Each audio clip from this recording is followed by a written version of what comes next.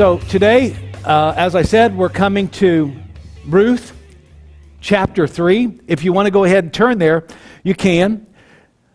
So finally in the story, we come to some romance, sort of. If I were to cast the whole story of Ruth in romantic terms, I would follow the pattern of W. Gary Phillips. He entitles Act 1, which is chapter 1, Till Death Do Us Part. No doubt he takes that from Ruth's words of incredible commitment to her mother-in-law, Naomi, after the death of their husbands in Moab. Now they're heading back to Bethlehem. Naomi tries to turn Ruth and the other sister-in-law, the other daughter-in-law back, Orpah. And Orpah goes back to Moab and back to her gods and back to her people, but Ruth commits in that moment to Naomi and to Naomi's people and Naomi's God. And she says these words, "Don't urge me to leave you or to turn back from you. Where you go, I will go. Where you stay, I will stay. Your people will be my people, and your God, my God.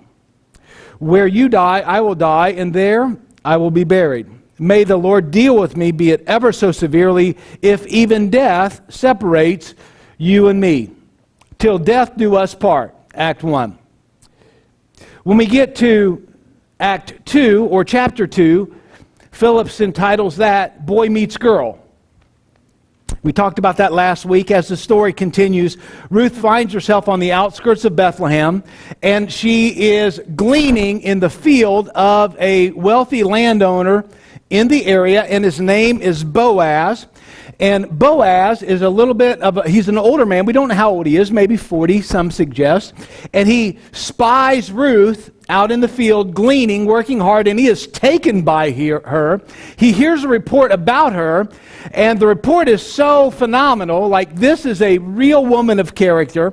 He's a man of character. He can do nothing more than to invite her to lunch and to bless her abundantly. He is enamored with this young lady, but yet there's this age difference and the fact that she's a widow. And so what he does in the midst of all that is he pronounces a blessing on her, and he says, "May you be richly rewarded by the Lord, the God of Israel, under whose wings," and that's an important word for today, "under whose wings you have come to take refuge." She's amazed that Boaz, this wealthy landowner, would do this because she recognizes her low status as a servant. She even recognizes that in front of Boaz. The word that she uses for herself, the term servant, is like the lowest of all servants. She is a foreigner, she has zero rights, and yet here is a man who has invited her to lunch, allowed her to glean in his fields, and even instructed his workers to make sure that she gets a whole big bunch to take home, and he blesses her. She is blown away, and she wonders, who am I that this great man would bless me? And she goes on, and she doesn't take it for granted. She works hard all day, and at the end of the day, she takes home a whole big bunch of grain. So much so that her mother-in-law says, "My daughter, what field did you go into that you could bring this much grain home?" And when Ruth tells Naomi whose field she was working in, when she mentions the name Boaz, immediately the mother-in-law, Naomi, her mind starts reeling and wondering, my recently widowed daughter-in-law is working in the field of one of our family members, and he's wealthy. How interesting. I wonder. And that is Act 2, Ruth, chapter 2. Now, it appears between Act 2 or chapter 2 of the book of Ruth until chapter 3 or Act 3 of the book of Ruth, several weeks go by. The barley harvest is coming to an end, and the wheat harvest is about ready to begin. It's been maybe about 6 or 7 weeks. The good news is that for all of this time, Boaz has continued to be kind and courteous and generous, showing favor to Ruth. He's taken her under his protection, under his wing, if you will. That's the good news. The bad news, at least for Naomi, is that that's all he's done. All he's done is shown kindness to Ruth. And he hasn't done anything else. He's only been gracious. And so I think that, again, her mind is wondering. She's beginning to fret a little bit because she knows the harvest is coming to a close. We see at the end of Ruth 2 that Ruth ends up staying, working in Boaz's fields through both harvest times, barley and wheat, at least 7, 8 weeks. At this point in the story, there's no guarantee that beyond the barley harvest, Ruth will be able to stay and glean in the field. Remember, in these stories, the reader always knows more than the players. So Naomi's thinking, yeah, I know the wheat harvest is coming, but the barley harvest is coming to a close. I need to do something. I don't know what to do. Boaz has been a perfect gentleman, but that's not enough. You see, I have some plans of my own, but I'm not sure how to pull them off. And so if Naomi were going to write for some advice to some well-known columnist, it might go something like this. Dear Abigail, my widowed daughter-in-law has daily contact with an older man who shows concern about her and respect for her.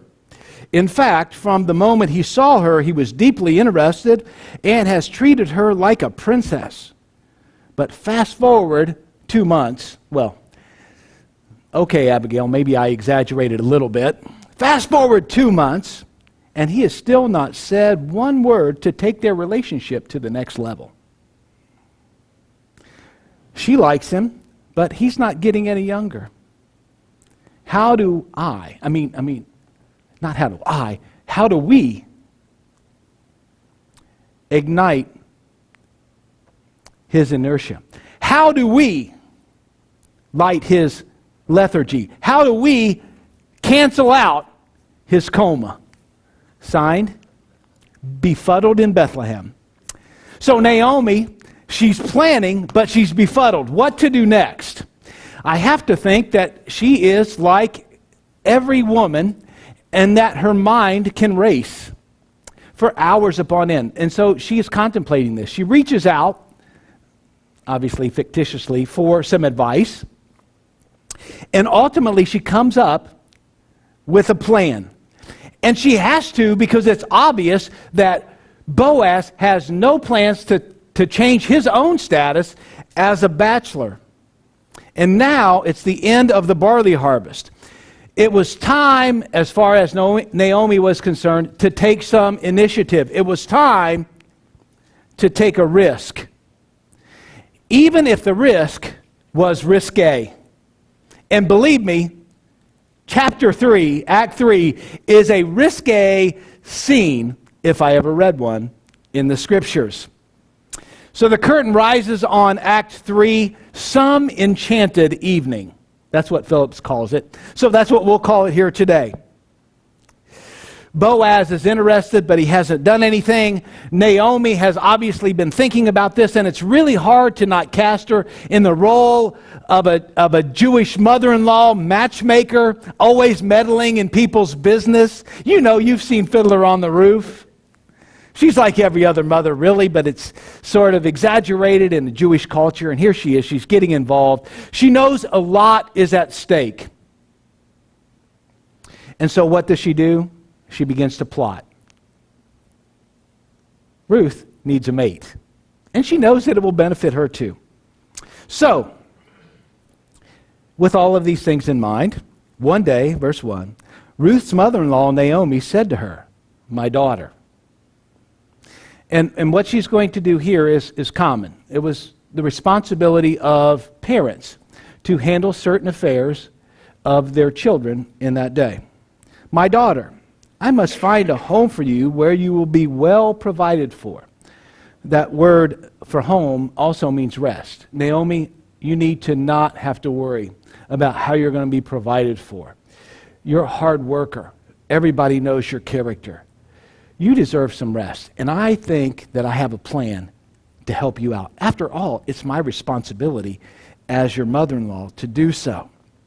Verse 2, now Boaz, with whose women you have worked, like, Ruth doesn't know, is a relative of ours. Right here, what Naomi is doing is she is appealing to the law of the Levirate marriage. That's a provision that God has made in His law for the brother-in-law to take on the widowed bride of his brother so that he could produce an offspring that would carry on his brother's family lineage. In doing so, then, they would also be able to retain their wealth, their land, and their standing within a community. So a lot is at stake here. And now, Naomi, her son is dead. Mahlon, he's dead. They're without land. I don't even know where they're living. Maybe they're allowed to live in the land that they owned before they went to Moab, all those years before. Regardless, they're destitute. The barley harvest is coming to an end. So what Naomi does is she says, I'm going to remind you, Ruth, of what we talked about before, and that is the law that God has put in place to make sure that we're taken care of. You've been working in the field of one of our relatives, and I think that maybe we can make something happen here. Tonight, he will be winnowing barley on the threshing floor.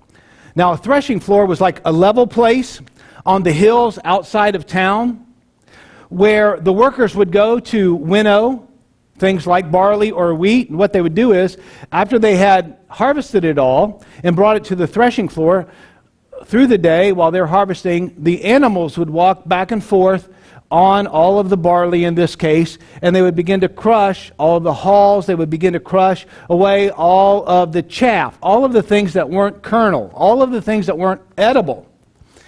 Or they would have workers that would come with clubs or sticks and they would beat the barley to separate those things.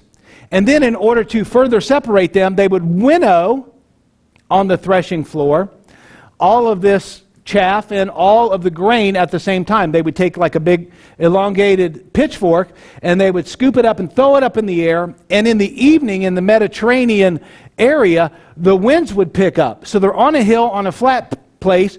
All of the grain has been trampled out or beaten out. Now it's up to them to winnow it. And so they take this pitchfork and they throw it up in the air, and the wind blows away the chaff, which is lighter, and the heavier grain falls to the ground, and they gather it up and they store it. This is hard work, but it's a good time because it's a promise of God's provision. So they celebrate in these times. A bunch of sweaty men working all day in celebration, recognizing there has been a long famine, but today we are seeing the provision of God, and we are happy in our hearts, and it's cause for celebration. As a matter of fact, God has said during the barley harvest, you need to celebrate the Feast of First Fruits. So there's no question in their minds that this is a time of hard work, but it's also a time of great celebration. They work all day, and at night they party. That's how it is. It's the same in the pagan areas around them as well. As a matter of fact, during those times they celebrate too. They just do it a little different than the people of God do it, in that they work all day, they separate the barley from the chaff, but then at night, as a part of their worship to their gods, they invite prostitutes in. And part of their worship is to lay down with prostitutes to celebrate the fertility that God has produced. He's giving them new life in this grain. So there's this mixed picture from the very beginning. And remember, Ruth was from a pagan society originally. So you have all this tension beginning to build. what Naomi is telling Ruth to do could almost be a no-no, because after all, this is the days of the judges. And there's no guarantee that she's going to be safe by going down to the threshing floor. That's exactly, though, what she tells her to do. Verse 3, here's the plan. I want you to wash.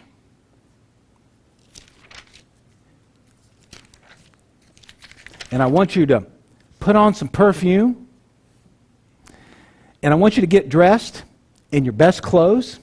In other words, Ruth, stop looking like a widow and make yourself attractive. Then go down to the threshing floor where all those dirty, sweaty, partying men are. But don't let them know that you're there, because that's no place for a proper young lady,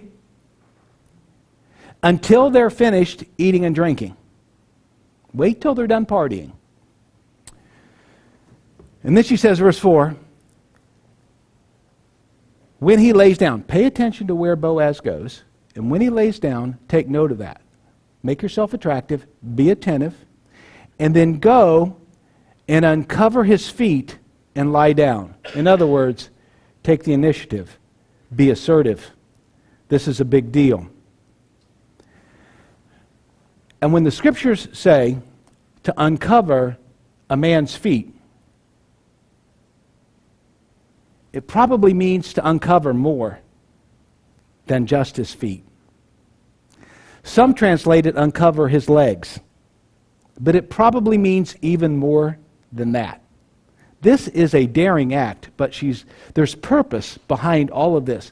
So far, Naomi said, hey, Ruth, the guys are going to be down at the threshing floor. They're going to be tired, but they're going to be happy. They're going to be partying. They're going to be eating, and they're going to be drinking, and they're going to get tired. I want you to sneak down there after you have washed yourself, perfumed yourself, put on your fancy dress, and you go down there, pay attention to where Boaz lays down, and then make yourself assertive.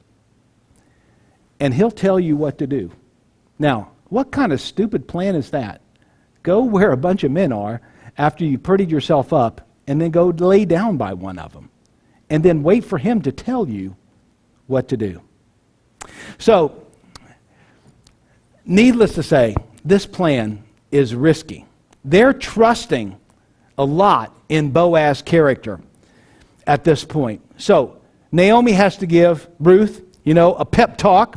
It goes like this: Ruth, Boaz, he's our kinsman redeemer, right? Ruth says, right.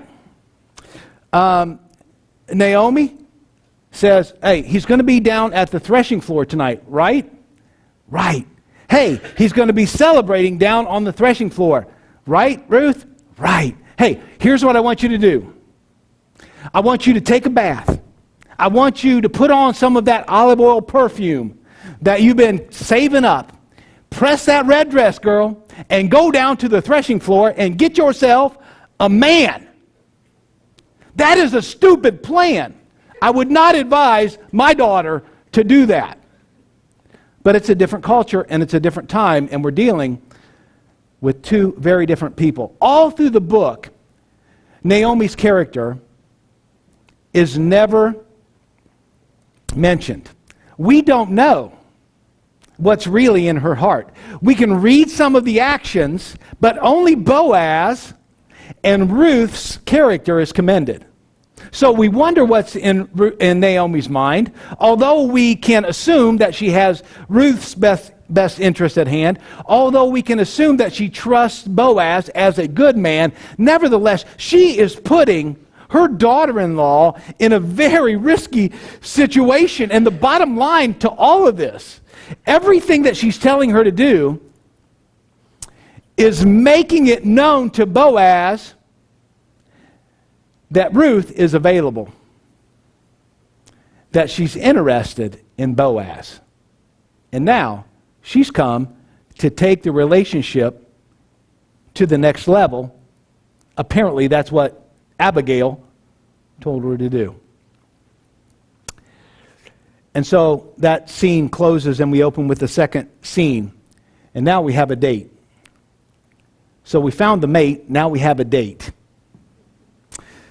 Apparently, Ruth was willing to go along with Naomi's plan.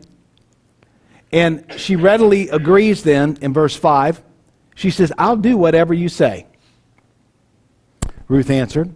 And so she went down to the threshing floor, and she did everything her mother-in-law told her to do. And this, again, was a big gamble for these girls, because they knew Boaz's character, but the question would be, in this precarious, in this risque situation, how would he interpret Ruth's actions? If it means to uncover his feet, what I think it means, then this is a very daring act. She's almost doing it in a public place, although it's good that he's gone off somewhere, apart from the rest of the workers, to lay down. Although she's been attentive, she's noted where he is, although she is willing to go through with all of this, it's still risky because you don't know how he's going to respond if he wakes up and finds a girl there, because he could say, hey, I'm not that kind of guy, spoil the whole thing and ruin her reputation. Or he could take advantage of the situation in a moment of moral lapse. You don't know. And in either case, Ruth is spoiled. Ruth is ruined. So this is a big, big, big chance that she's taking. But apparently she trusts Naomi, and she says, okay, I'll do it. I'll do whatever you say. And she goes down to the threshing floor to do everything that Naomi has told her to do. Verse 7. When Boaz had finished eating and drinking and was in good spirits, in other words, it's been a long time since we had a harvest like this. My belly's full with food, topped off with a little bit of wine, and everything is good in the world. What's he do? He goes over by this grain pile and he lays down at the far end. And Ruth then does what her mother-in-law says. She's attentive. She's seen where he has laid down, and she approaches him quietly, and she uncovers his feet to lay down. Now, if you are the initial hearer of this story or reader of this story, and you're familiar with this culture, this so heightens what she has just done. It's one thing to talk about it, but now she's done it. This heightens the moral and the sexual tension in the story. First of all, she's a Moabitess, and she is approaching a man who's been drinking wine. The whole Moabite clan that settled in the land that became known as Moab was founded by a younger woman, a daughter of a man named Lot, and it was Lot's oldest daughter who got her dad drunk with wine so that she could sleep with him, because they thought everybody else in the world was dead after the destruction of Sodom and Gomorrah. It's up to us to now repopulate the whole world. This is the stock that this Moabite woman has come from. Getting an older man drunk to fulfill your purposes. The Jewish people reading this are saying, what's going to happen?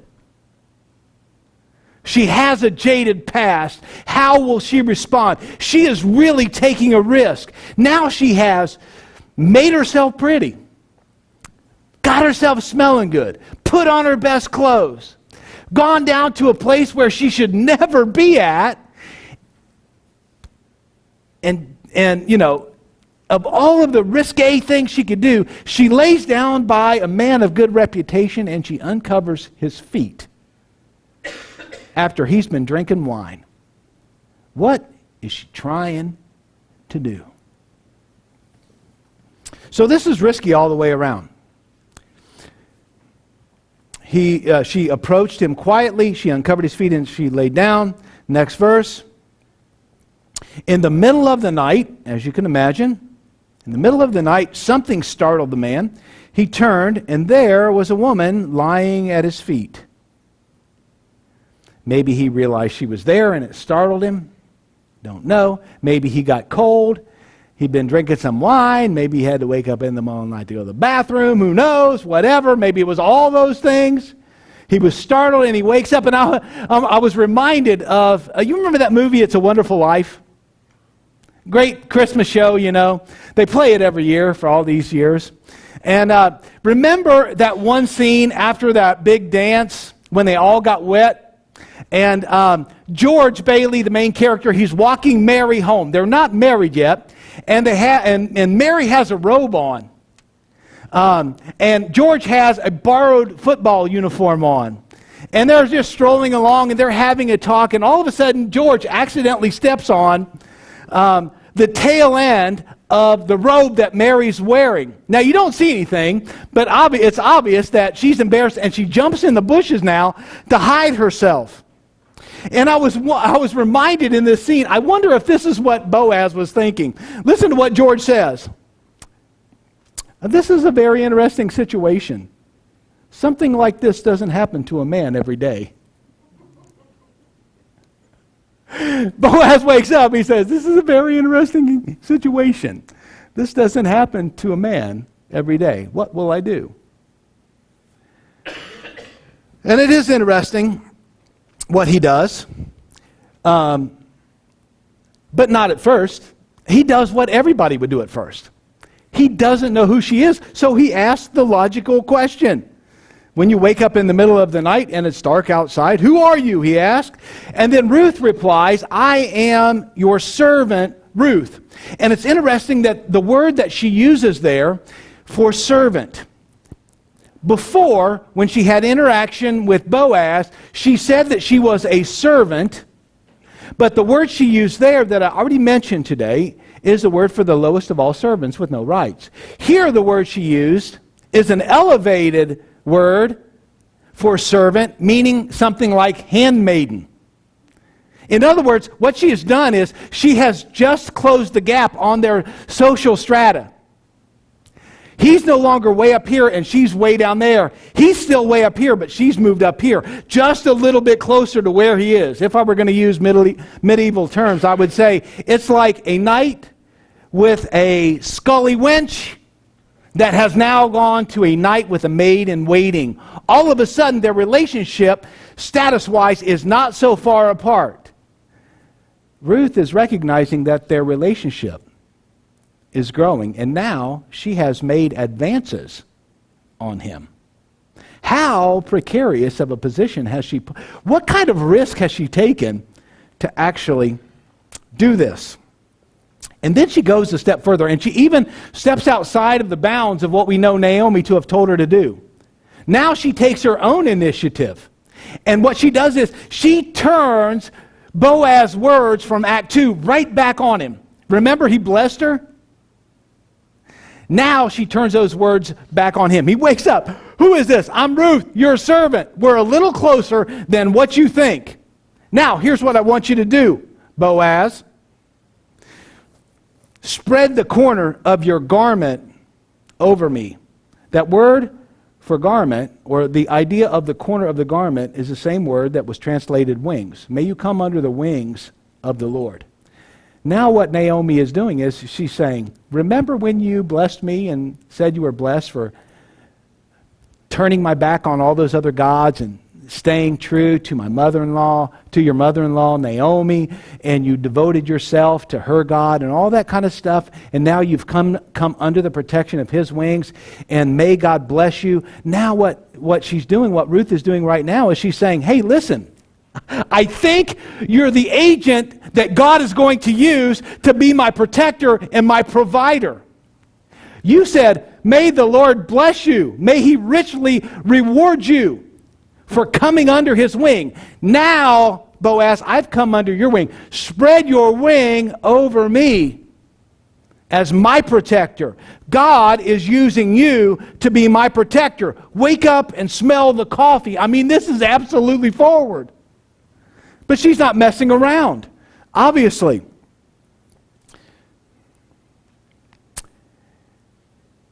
And so you wonder what he's going to do. And you wonder what the purpose in all of this is. You wonder what Ruth is really getting at. Because if we're looking at it from 21st century eyes, we think, boy, this is a brazen woman She's really forward. I mean, she's inviting trouble. I mean, she should have never gone down there listening to Naomi's advice. That's not advice that anybody should ever give to their daughter-in-law, their daughter, any woman. Don't go down there with those guys, all these kind of things. And we forget that this is set in the context of a culture that it is risque and it is risky. Both are true. But what she is doing by asking him to do this is she is following a custom of the day. She is saying, just like you said, hey, may God bless you as he takes you into his protection. I'm saying to you now, won't you take me into your protection as God's agent to bless me? Hey, buddy, I'm cold. Throw your garment over me. Won't you marry me? That's what this is. This is a proposal to marriage. I mean, this is a forward girl. But she is well within her rights to do this to a man. They've done nothing wrong, and yet she comes forward. She puts herself in a dangerous situation to simply propose to this guy, and he knows exactly what she's up to when she does it. So, what does Boaz do? Scene 3, he promises her, but she's going to have to wait for just a little bit. Boaz seems to be the perfect man. He's honest and upright. He's well thought of and respected. And the question lingering then in the mind of the reader is, how will he respond really to all of this? Because this is a pretty good opportunity for he and Ruth to do more than they should ever do. And after all, it is in the time when everybody did what was right in their own eyes. Would Boaz do what was right in the eyes of the Lord? Would Boaz do what would be in the best interest for Ruth and for Naomi? Or would he take advantage of the situation? And we see Boaz, true to character. He doesn't shoo her off, but rather he uses very kind words to address her. They are affectionate words. Obviously, he is excited because he has had his design on her from the moment that he saw her, but because of the age and because she was a widow, he wouldn't do anything, being an upright man, to jeopardize the relationship that they already had or to in any way damage her reputation. Nevertheless, now this same girl has come to him, and he is excited. But rather than scare her away, imagine if you're a young lady of 25 or 30 years old, and now there's a man who's 40 or maybe 45 years old who is obviously interested in you, and you go forward at him. What if he came right back with as much force? He may scare her away. He may make her uneasy, but what he does is he takes an awkward situation and then he uses that in the most tender way to put this young lady, this forward young lady at that moment at ease. She's a good girl, but right now, she is making her request known. He knows it's within her rights. She knows it's within her rights. In those days, you didn't stand before a preacher and who would pronounce you husband and wife. You consummated your relationship on the spot, and from that point on, you were husband and wife. He could have done that right there, but rather than do that, he takes the opportunity to address her very tenderly, to put her at ease. He's thinking ahead. He's a smart man. And he says this, "The Lord bless you, my daughter." Rather than take advantage of her, he brings the Lord into the conversation. In those days, there was a lot of superstition about evil spirits. And if you woke up in the middle of the night outside of town where it's really dark and you've been drinking and something is brushing up against your feet, your first inclination is to recoil and renounce that spirit because you're afraid. Here, all of a sudden, he realizes it's a woman. "Hey, it's Ruth. It's okay. It's okay." He's like, this is an interesting situation I found myself in. Probably doesn't happen to a man every day. I'm sure. How will I respond? And what he does is he decides that he's going to put her at ease, and he's going to let her know of his intention. He says, "The Lord bless you, my daughter." This kindness, this hesed, this loyal love is greater than that which you showed at first. You have not run after the younger men, whether rich or poor. What Boaz seems to be saying here is that, remember when you came home with Naomi?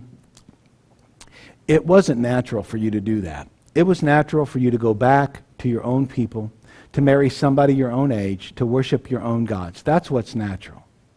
But instead, you did what was right, and you came with Naomi to make sure that she was taken care of as an older widow, maybe unable to work, maybe resigned to a life of begging. You decided to be faithful to her. That was a great, great act of kindness. And now, at least in Boaz's mind, what she has done by coming to him is an even greater act of kindness. Whether it is or not, we're up in the air about. But at least at that moment in his mind, this was something even greater, because she didn't run after the young men of her own community in her own land. Because she didn't even run after the young men of Bethlehem or the surrounding areas, but because she set her sights on him and she stayed true, because she was faithful to Naomi, because she sought the protection and the provision of the Lord of Israel, because she was a true convert, he commends her for that. But then he says, this is even greater because you've chosen me. I'm the one that's being blessed here. I blessed you. But listen, as far as I'm concerned, and ladies, this is the kind of guy you want. Listen, you have blessed me even more than that by simply choosing me. You didn't do what was natural. You didn't do what everybody else in your situation would do. You did what was right, even when everything in the world was telling you to do what you felt like doing, to do what came natural to you. And because you chose me, I am blessed. And what you've done for me in this moment is even greater than what you did for Naomi. He completely puts her at ease. He says, I accept your proposal to marry me. Rest at ease, my daughter. Verse 11, and now, my daughter, don't be afraid. Rest at ease. Remember, that's what Naomi wished for Ruth in the first verse, that she would find rest, that she would find a home. It's interesting that that's what Boaz is saying here. Relax. Don't worry, Ruth. You can rest in this fact that I've accepted, and I'm blessed, and I've accepted your invitation to marry you. Don't be afraid. I will do all that you ask. Doesn't that sound like what Ruth said to Naomi? Look at the character of these two. Ruth says, I'll do what you ask, Naomi. And now, after Ruth is obedient to what Naomi wants, we see Boaz doing the same thing on Ruth's behalf. I will rest at ease. I got this covered. I'll do everything that you ask, because I know everything that all of this entails. And again, this was a moment where moral compromise could have easily taken place. I mean, Boaz loved Ruth. He had a little bit of food in his stomach, a little bit of wine in his belly. It was harvest time, a time to celebrate. There were fertility rites going on all around them among the pagans. He could have very easily taken advantage of her, but rather than that, he stays true to the law of the Lord. There is no moral compromise. He puts her at ease. He says, I'm going to do everything that you ask. He immediately starts talking, not acting. Do you see what I'm saying? He could have taken advantage of that moment, but rather, he blesses her. He says, take it easy. Don't worry about it. I'm going to do everything that you ask because I know that there's a lot involved. I'm not going to compromise. Rest in that. I'm not going to let everybody know what has happened here. This is going to be our secret. You didn't do anything wrong. I didn't do anything wrong, and we're not going to let anybody say anything bad. Listen, I can defend myself. You may not be able to. Don't worry, my daughter. I'm going to do everything that you asked. And then he goes on to say, and the people of my town know that you are a woman of noble character. I'm not going to do anything to disgrace you in front of the people of my town. and the people of his town there is referring to those people who sit at the gate, the most important people in the town who sit at the gate and judge. When there are matters of the law that come up, disputes or whatever within the community, they go to the gate of the city to have those disputes adjudicated, to see who's right, to see who's wrong. People who sit at the gate, they're the ones that allow people to come into the community or turn those people away for the betterment of the community. These are well-to-do, wise people, and they know that Ruth is of noble character. He's not going to let them look down on her. He's not going to allow her to be shamed in front of them. They know that you are a woman of noble character, and I'm not going to do anything whatsoever to change that. And then he goes on, and he keeps up, just this idea of this guy of really good character. He says, although it is true that I am your kinsman redeemer, or the kinsman redeemer of our family, there is another who is more closely related than I am. Again, the term for the law that would apply here really applied to the brother-in-law, not to a relative. Apparently by that time, though, the law had extended to even relatives. But within the town, there was somebody who was closer. He wasn't going to bypass the law at this moment and take advantage of the situation that they were in. Rather, he was going to go and do what was right. He was going to approach the one who was closer a relative than he was, because there was a lot of risk involved here, okay? If you were going to become a kinsman redeemer, it meant that you were going to take on more mouths to feed. You were going to have to buy back any land that may have been lost because of the death of a husband. You may have to pay any outstanding debts. You may have to forfeit because you're to provide an heir for that other woman. You may forfeit some of the inheritance that should go to your children. There is a lot involved. And so the Bible makes provision, God makes provision for somebody to turn that responsibility down based on all that it costs. Here, though, even though he's not the closest, he's willing to take Ruth under his wing, but he has to follow the law, and he has to go and ask somebody who's closer to see if he's willing to take the risk. And so he does that.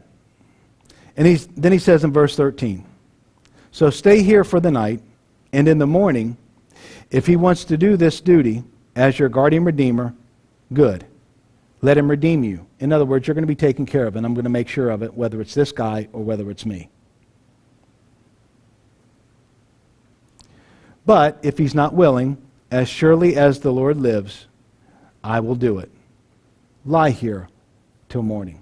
Again, he invokes an oath before the Lord, and if he doesn't uphold this oath, it means that he's in violation of the third commandment in taking the name of the Lord in vain. In other words, I make a solemn promise to you that if that other guy doesn't redeem you, I will. Rest at ease, my daughter. Now, here's what you need to do. Stay here till morning. We got a lot to talk about. But he's still thinking down the road a little bit farther. So, verse 14, she lay at his feet until morning, but got up before anyone could be recognized, and he said, no one must know that a woman came to the threshing floor. I mean, to wake up with a woman practically in your bed was not an ideal situation to find yourself in for either one of them. It could be very serious. So it was important that Ruth got up early so that she could make it home before anybody saw her. They hadn't done anything wrong, but they had to avoid even the appearance of evil. And then, this is a really cool plan that he comes up with really quickly. And maybe they've talked about it at night. We really don't know. Either way, it's a good plan. Naomi had a plan. Ruth carried out the plan. Now Boaz has a little plan of his own to get them both out of this situation, protect both of their reputations, and to let Naomi that everything is going to be okay. You can write dear Abigail back and tell her, hey, your plan worked. I'm going along with it. Everything is okay. He said, here's what I want you to do now, Ruth. Verse 15, bring me the shawl that you are wearing and hold it out. When she did so, he poured into it 6 measures of barley and placed the bundle on her. This is twice as much as she took home the first day. This is like anywhere like 80 to 100 pounds. He said, stick out your shawl. And he loads her up with all of this grain. And then he went to town to take care of business. He leaves her there then to go back to Naomi.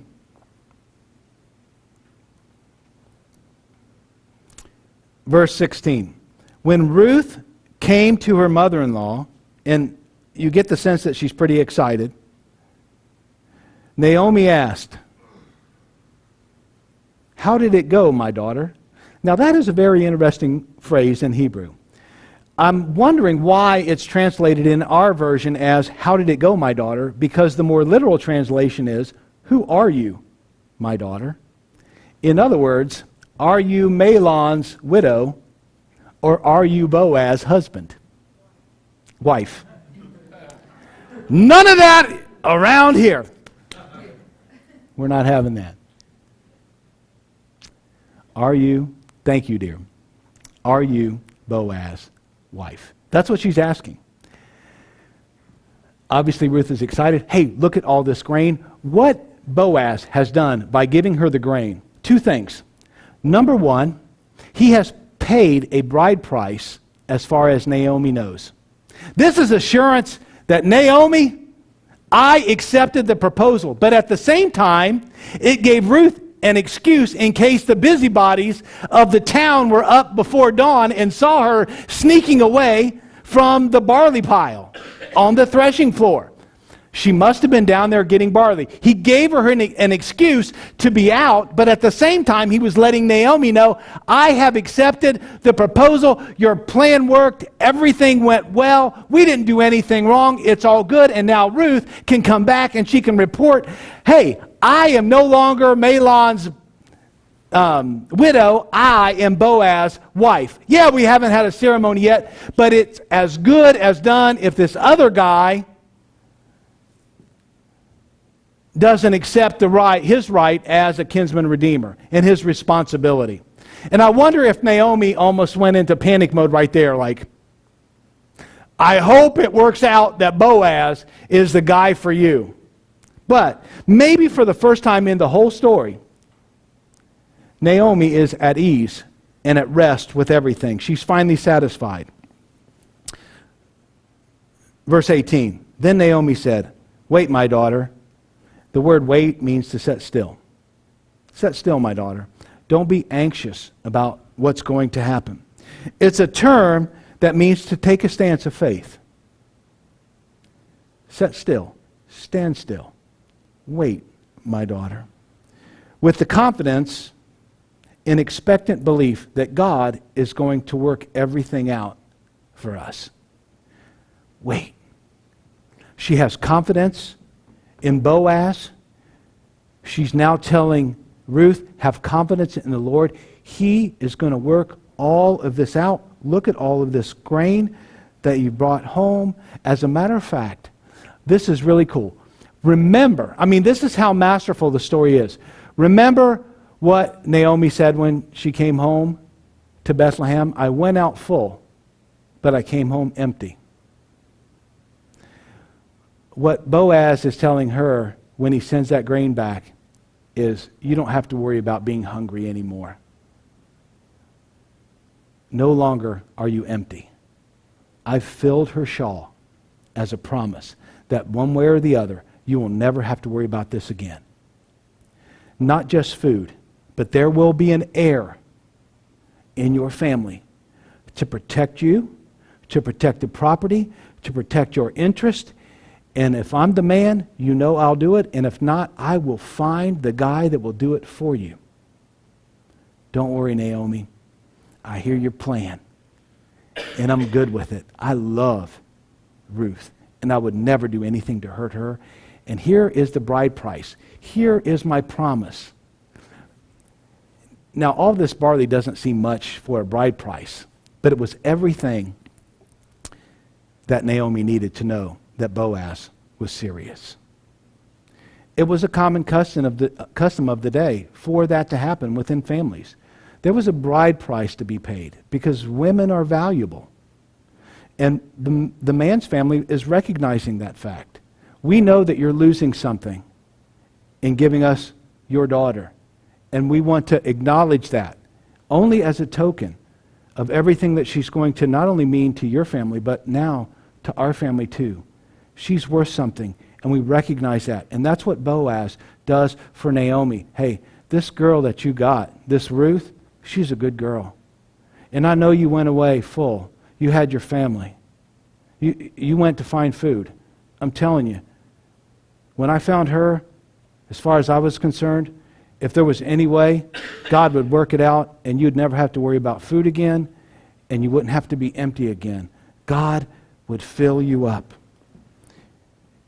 That's the story that Ruth comes back. She tells Naomi. Naomi says, wait, sit still, take a stance of faith. Let God work all of this out until you find out what happens. For the man, speaking of Boaz, will not rest until the matter is settled. And I have to think that Naomi loves it when a plan like that comes together. Everything is going to work out. Maybe. We don't really know yet because there's somebody else in the mix. And so we're left with this cliffhanger. What will happen? Again, if you're the reader, this is the first time through. You don't know what's going to happen. Two people have shown their intentions. Now it's up to wait. All you can do is wait. That's all you can do. Wait for the next act, for the curtain to go up on the next act. And so there's some suspense. You've seen everything that's happened up to this point. It's a beautiful love story, but there could be a monkey wrench thrown right in the middle of it. One thing is for sure, even if you don't know the outcome, that all three of these characters took a great risk. I mean, if you think about it, Ruth was not a brazen young lady. She would have never done this on her own probably if Naomi hadn't told her to do that. Because every picture that we see of her in the book, she's never taking care of her own interest. She's never looking out for herself.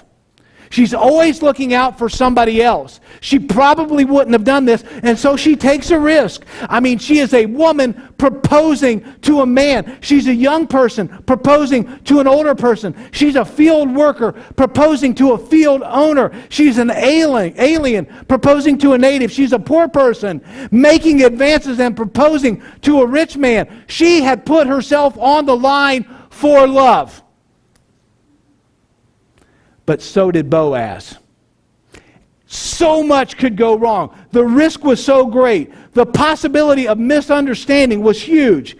It was possible for Ruth to misunderstand Naomi's reliance on God's law and how far it extended concerning the kinsman redeemer. Would Boaz live up to his end of the deal, in other words? It was possible for Boaz to misunderstand the offer that Ruth had made to him. It was possible for Ruth and Naomi both to have misjudged the character of Boaz. All of these things were risk-infested. Anything could go wrong. When you send a young girl down to where a guy's been eating and drinking and partying after she's dolled herself all up, it is not a recipe for anything good to happen. And yet God is working His plan because God cares. Naomi and Ruth and Boaz all take a risk. And for certain, Ruth and Boaz both are willing to take that risk for love because they believe that God is at work. The bottom line is this. There comes a time for people to wait passively after you've done all that you can for God to step in and remove the obstacles. There comes a time when all you can do is wait because you've done everything that you can. But the other point of the story is this, that there are times when people have to engage the obstacles themselves. God sometimes is waiting for us to step up and take the initiative. There are times to wait, but there are times to take action. We see both of these things in this story. God is in the middle of both of them because He cares. It's not like He's removed from it all. But in His providence, He is letting His people know when it's time to act and when it's time to wait. And I have to think, if He did it for them, He'll do it for you too. So there are some people in this room. It's time for you to wait. You've done all that you can, Now, you have to wait for the Lord to do the rest. You are tired. You are worn out. You don't know what else to do. Isaiah 40:31.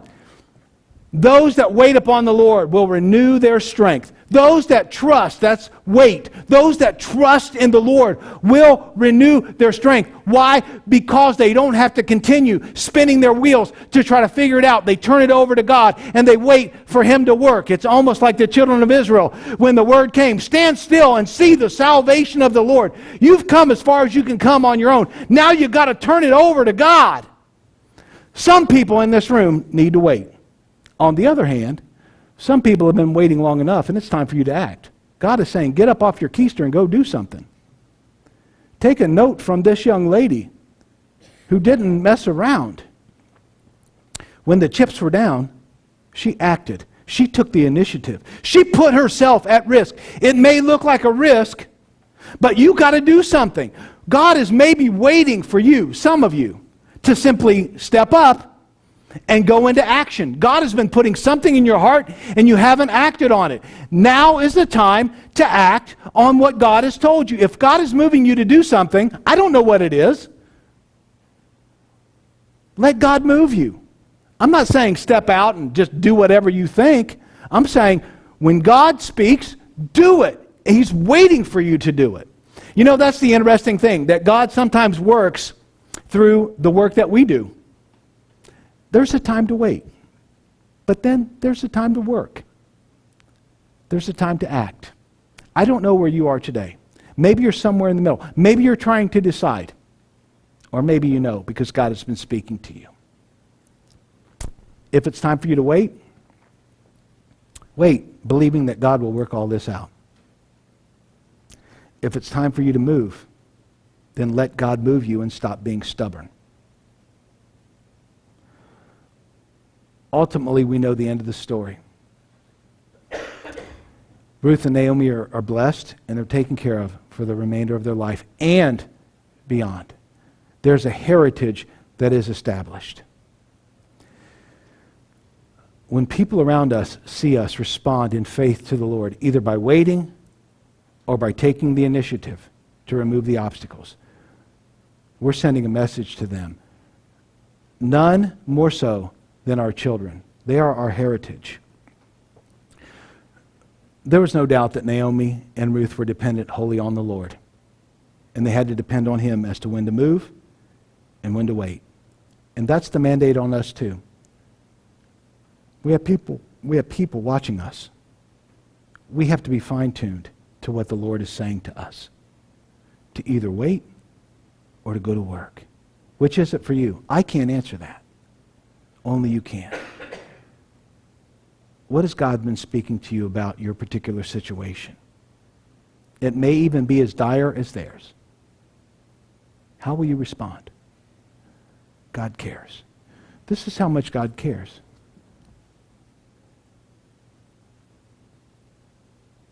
He loved you so much that He gave His only begotten Son, that whosoever believes in Him wouldn't perish but have everlasting life. And He gave His Son knowing that His Son would have to pay a price for the bride. He had to lay down His life. He had to redeem us. That's how much He loves us. If you can believe God for the redemption of your soul, your body, and your spirit, then you should be able to trust God to tell you whether to wait or to move in this moment. He didn't come as a king to lord it over us. He came as a baby, vulnerable, like Ruth was vulnerable in that moment. But He did come as a brother, a kinsman redeemer for you and me. And He's paid the price. Will you trust Him for whatever it is that's going on in your life right now? Will you wait or will you engage? That's up to you. You need to be the one to hear from God. Stand with me if you would.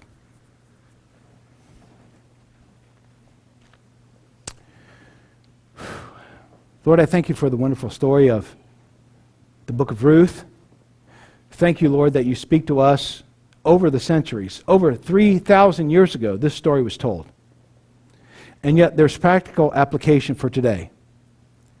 I'm convinced that the conclusion to this story has to do with us today, whether we should wait or whether we should engage. People in this room need to know. So God, today, as we close, I pray that you would speak to each heart in whatever situation that they may be facing, in whatever the outlook of their life may be, of whatever their fears may be, of whatever the pressing situations in their life may be. Help them, Lord, to know whether to wait and whether to move. And if you tell them to wait, God, my prayer for them is that they would indeed wait and watch you work and marvel and give you glory for all that you've done. Lord, if it's up to them to engage in this moment, God, speak to them. Help them to know the path to go and let them go that path. Move them to go in the direction that they need to go so that your will can be done in their life and their heritage can be blessed because of it. Their influence can be expanded in the world around them so that your name can be glorified in all of this. Because bottom line, Lord, is that in this story of Ruth, you will be glorified because you care for your people. And sometimes you ask them to wait. And sometimes you ask them to engage. We see that in the story of Ruth and Boaz and Naomi. And Lord, it's true for us too. So my simple prayer is this, God. Speak to each heart here today how they should proceed based on what is the most pressing thing on their heart today. Wait or engage. In Jesus' name, amen. Amen.